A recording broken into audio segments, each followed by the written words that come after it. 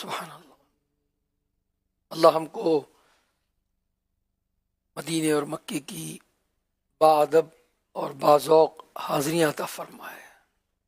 مدنی channel کے ناظرین، کیا لمحات ہوتے ہیں جب زائر اپنے آقا کے دربار میں جا کر سلام پیش کرتا ہے، موضع اقدس میں کھڑا ہوتا ہے، کہتا ہے السلام علیکہ یا خیر خلق اللہ، کہتا ہے السلام علیکہ ایہا النبی و رحمت اللہ وبرکاتہ۔ محبوب کے دربار میں پہنچ جاتا ہے، آقا اس کو ملاحظہ کر رہے ہیں، ویسے تو ساری کائنات کو دیکھ رہے ہیں مگر قرب کی بات ہی کچھ اور ہے نا۔ پھر وہ لمحات بھی آتے ہیں نا کہ آقا سے عرض کرتا ہے اسألوک شفاعت یا رسول اللہ۔ اپنے وطن میں تو عرض کرتا رہا یا رسول اللہ، اب تو آپ کے بالکل قرب میں پہنچ گیا ہوں، یا رسول اللہ میری شفاعت کیجیے۔ آپ ہی فرماتے ہیں نا من زار قبری وجبت لہ شفاعتی، جس نے میری قبر کی زیارت کی اس پر میری شفاعت واجب ہے۔ تو بڑا خوش نصیب زائر ہوتا ہے جو مدینہ منورہ میں آقا کے دربار میں پہنچتا ہے۔ ہم مدنی چینل کے ناظرین کے لیے بھی جو فیس بک پر ہمیں دیکھ رہے ہیں، یوٹیوب پہ دیکھ رہے ہیں اور مدنی چینل پر براہ راست دیکھ رہے ہیں، ان سب کے لیے دعا گو ہیں رب کریم ہم سب مسلمانوں کو مکۃ المکرمہ اور مدینہ طیبہ کی بعد حاضری عطا فرمائے۔ صلو علی الحبیب صلی اللہ علی محمد صلی اللہ علیہ وسلم۔ مدنی چینل کے ناظرین، ہم اپنی محفل نعت میں کچھ مختصر بیان بھی سنتے ہیں، چنانچہ اسی مناسبت سے آج میں قرآن کریم کی افضل ترین صورت کے متعلق آپ کی خدمت میں کچھ مدنی پھول پیش کروں گا، جس میں حدیث بھی ہے، قرآن مجید کی آیات بھی ہیں۔ فرمایا حضرت ابو سعید رضی اللہ تعالیٰ عنہ فرماتے ہیں کہ ایک روز میں نماز پڑھ رہا تھا تو اللہ پاک کے آخری نبی رسول ہاشمی صلی اللہ علیہ وسلم میرے قریب سے گزرے تو آپ نے مجھے آواز دی۔ میں چونکہ نماز پڑھ رہا تھا لہذا فوراً حاضر نہ ہو سکا، جلدی سے نماز مکمل کی، پھر بارگاہ رسالت میں حاضر ہوا۔ اس پر نبی پاک صلی اللہ علیہ وسلم نے فرمایا تمہیں کس چیز نے میرے پاس آنے سے روکا؟ عرض کیا یا رسول اللہ میں نماز پڑھ رہا تھا اس لیے حاضر نہ ہو سکا۔ آپ نے فرمایا کیا تو نے اللہ پاک کا یہ کلام نہیں پڑھا؟ وہ کیا کلام ہے؟ فرمایا یا ایھا الذین آمنوا استجیبوا للہ ولرسولہ اذا دعاکم لما یحییکم واعلموا ان اللہ یحول بین المرء وقلبہ وانہ الیہ تحشرون، جس کا ترجمہ ہے اے ایمان والوں اللہ اور رسول کے بلانے پر حاضر ہو جب رسول تمہیں اس چیز کے لیے بلائیں جو تمہیں زندگی بخشے گی۔ اور اس کے یا رسول اللہ میں تو نماز پڑھ رہا تھا، تو نبی پاک نے یہ آیت فرمائی کہ کیا تم نے نہیں پڑھا؟ یہ آیت تلاوت کرنے کے بعد نبی پاک علیہ السلام نے فرمایا کیا میں مسجد سے باہر جانے سے پہلے تمہیں قرآن کریم کی سب سے عظمت والی صورت نہ سکھاؤں؟ پہلے تو وہ بات بیان کر دی آپ نے، وہ آیت سنا دی کہ اگر کوئی نماز میں بھی ہو اور نبی پاک اسے بلائے تو نبی پاک کی خدمت میں حاضر ہو جائے۔ پھر فرمایا کہ میں تمہیں عظمت والی صورت نہ سکھاؤں، قرآن کریم کی سب سے عظمت والی صورت؟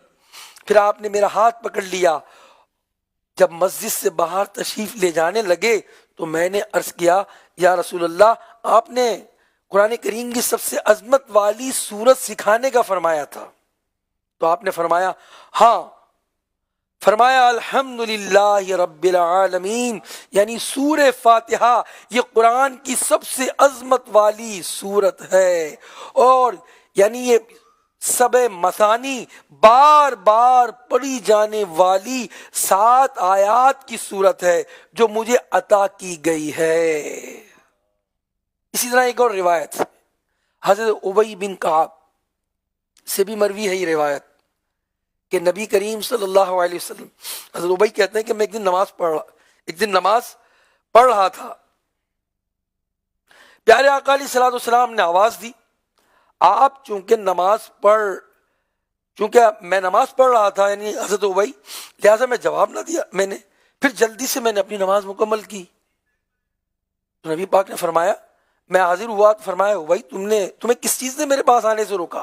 عرض کیا رسول اللہ میں نماز پڑھ رہا تھا اس لیے حاضر نہ ہو سکا۔ فرمایا تو نے کلام الہی میں یہ آیت نہ پڑھی، سورہ انفال میں ہے، اے ایمان والو اللہ اور رسول کے بلانے پر حاضر ہو جب رسول تمہیں اس چیز کے لیے بلائیں جو تمہیں زندگی بخشے گی۔ عرض کیا یا رسول اللہ میں نے یہ آیت پڑھی ہے، آئندہ ایسا نہیں ہوگا، یعنی آئندہ نماز میں بھی ہوا تو آپ کے بلانے پر حاضر ہو جاؤں گا۔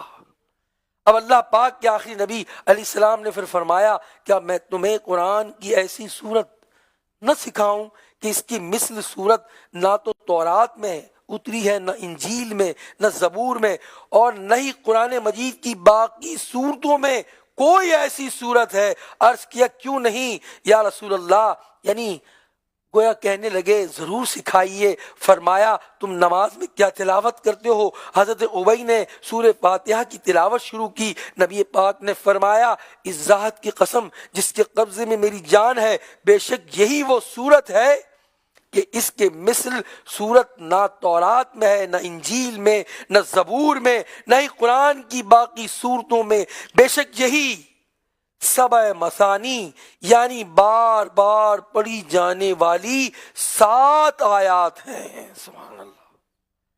تو مدنی چینل کے ناظرین، ان دونوں روایتیں جو میں نے آپ کو پیش کی، اس میں جو واقعہ ہوا کہ نبی پاک نے انہیں بلایا اور وہ نماز میں تھے، اس میں سیکھنے کو ملا کہ اگر عین نماز کی حالت میں اللہ پاک کے آخری نبی کسی کو یاد فرمائے تو نماز جتنی پڑھ لی ہے وہیں چھوڑ کر بارگاہ رسالت میں حاضر ہو جانا یہ واجب ہے۔ اللہ اکبر۔ دیکھیں رسول اللہ صلی اللہ علیہ وسلم کے دربار کی حاضری جب نبی پاک بلائیں، جب آپ بلائیں تو اب وہ شخص نماز میں بھی ہے تو اسی وقت نبی پاک کے دربار میں حاضر ہو جائیں۔ اور یہاں سورہ فاتحہ کے فضیلت بھی معلوم ہوئی۔ نبی پاک نے جو تاکید فرمائی کہ جو نبی پاک صلی اللہ علیہ وسلم نے جو فضیلت بیان فرمائی سورہ فاتحہ کی کہ یہ افضل ترین مختصر جو سورت کے متعلق آپ نے فضائل بیان فرمائے، یہ سورہ فاتحہ ہم ہر روز نماز میں پڑھتے ہیں۔ ایک رکوع ہے، 7 آیات ہیں، 27 کلمے ہیں یعنی الفاظ ہیں، 140 حروف ہیں۔ امام مجاہد فرماتے ہیں سورہ فاتحہ مدینہ منورہ میں نازل ہوئی۔ ایک قول یہ بھی ہے کہ سورہ فاتحہ 2 مرتبہ نازل ہوئی، اور 1 مرتبہ مکہ شریف میں اور 1 مرتبہ مدینہ طیبہ میں۔ امام جلال الدین سیوطی شافعی فرماتے ہیں کہ ابلیس 4 مرتبہ ابلیس نے چیخیں مار کر رویا ہے۔ وہ کب سنیے مدنی چینل کے ناظرین، 1 مرتبہ جب اس میں لعنت برسی، دوسری مرتبہ جب اسے زمین پہ اتار دیا گیا، تیسری مرتبہ جب اللہ پاک کے آخری نبی نے اعلان نبوت فرمایا، اور چوتھی مرتبہ جب سورہ فاتحہ نازل ہوئی۔ امام مجاہد کہتے ہیں جب سورہ فاتحہ نازل ہوئی تو ابلیس انتہائی مشقت میں پڑا اور خوب جھاڑیں مار مار کر چیخ کر چلا کر رویا۔ اللہ اکبر۔ دیکھا آپ نے کہ سورہ فاتحہ کی کیسی فضیلت ہے کہ یہ پڑھنے سے شیطان کو تکلیف پہنچتی ہے، اس کے نازل ہونے سے وہ رویا چیخا، اس کی بڑی برکتیں ہیں۔ سلطان المفسرین عبداللہ بن عباس فرماتے ہیں ایک روز نبی پاک علیہ السلام تشریف فرما تھے، جبریل امین حاضر خدمت ہوئے، اچانک آسمان کی طرف سے ایک آواز آئی۔ جبریل امین نے آسمان کی طرف نگاہ اٹھائی، عرض کیا یا رسول اللہ یہ ایک فرشتہ ہے جو آج سے پہلے کبھی زمین پر نہیں آیا۔ اس فرشتے نے بارگاہ رسالت میں حاضری دی، سلام پیش کیا، عرض کیا یا رسول اللہ آپ کو 2 نوروں کی خوشخبری ہے، آپ سے پہلے کسی نبی کو یہ 2 نور عطا نہیں کیے گئے۔ پہلے نور کے متعلق اس فرشتے نے بارگاہ رسالت میں عرض کیا وہ نور کیا ہے؟ وہ نور سورہ فاتحہ ہے، اور دوسرا نور سورہ بقرہ کی آخری آیات ہیں۔ جو شخص سورہ فاتحہ اور سورہ بقرہ کی آخری آیات کی تلاوت کرے اسے ہر حرف پر خصوصی ثواب دیا جائے گا۔ مفتی احمد یار خان نعیمی فرماتے ہیں قرآن کریم کو جہاں سے بھی پڑھا جائے ہر حرف پر 10 نیکیاں ملتی ہیں، لیکن سورہ فاتحہ اور سورہ بقرہ کی آیات کو پڑھنے کی یہ فضیلت ہے کہ ہر حرف پر 10 نیکیاں ملتی ہیں، اور اس کے علاوہ خصوصی ثواب بھی عطا کیا جاتا ہے۔ علامہ فخر الدین رازی رحمۃ اللہ علیہ فرماتے ہیں جہنم کے 7 دروازے ہیں، سورہ فاتحہ میں عذاب پر دلالت کرنے والے 7 حروف ذکر نہیں کیے گئے۔ یہ اس طرف اشارہ ہے کہ جو بندہ سورہ فاتحہ پڑھے، دل سے اس پر ایمان رکھے، اس کے حقائق کو پہچانے، وہ جہنم کے 7 دروازوں سے محفوظ رہے گا۔ سبحان اللہ، یہ ایسی عظیم الشان صورت ہے جس کا نام سورہ شفا بھی ہے۔ یقین کامل سے اگر کسی مریض پر سورہ فاتحہ پڑھ کر دم کر دیں، اس کا مرض دور ہو جائے گا۔ مدنی چینل کے ناظرین، قرآن مجید تو پورا شفا ہی ہے۔ قرآن مجید میں فرمایا، اور ہم قرآن میں وہ چیز اتارتے ہیں جو ایمان والوں کے لیے شفا اور رحمت ہے۔ البتہ سورہ فاتحہ کی خصوصیت کے ساتھ اس کو سورہ شفا کہا گیا ہے۔ نبی پاک علیہ السلام نے فرمایا سورہ فاتحہ ام الکتاب ہے، یعنی قرآن مجید کی اصل ہے، اور اس میں ہر بیماری کی شفا ہے۔ ڈاکٹر کہہ دے یہ دوائی کھا لو تمہیں شفا مل جائے گی، حکیم کہے میں نے 1000 لوگوں پر یہ اپنا نسخہ استعمال کیا، بڑا مجرب ہے، اس سے شفا مل جاتی ہے، اس سے فائدہ ہوتا ہے، تو نبی پاک کا فرمان، یہ سائنس اور یہ آج کل کی میڈیکل یہ تبدیل ہوتی رہتی ہے۔ آپ نے کووڈ کے اندر دیکھا ہوگا، بڑے بڑے دعوے کیے، کبھی کہا جاتا تھا جناب کہ آپ ماسک پہن لیں اس سے حفاظت ہوگی، کبھی کہا جا رہا تھا ماسک زیادہ پہننے سے نقصان ہوتا ہے، پھر کہا ماسک پہننے کا کوئی فائدہ نہیں ہے، پھر بھی کووڈ ہو جائے گا۔ تو یہ ان کی سائنس بدلتی رہتی ہے، ان کے تجربات بدلتے رہتے ہیں، مگر نبی پاک نے جو فرما دیا وہ بدلتا نہیں ہے۔ آپ نے فرمایا اس میں ہر بیماری کی شفا ہے۔ اللہ ہمیں اس کی برکتوں سے مالا مال فرمائے۔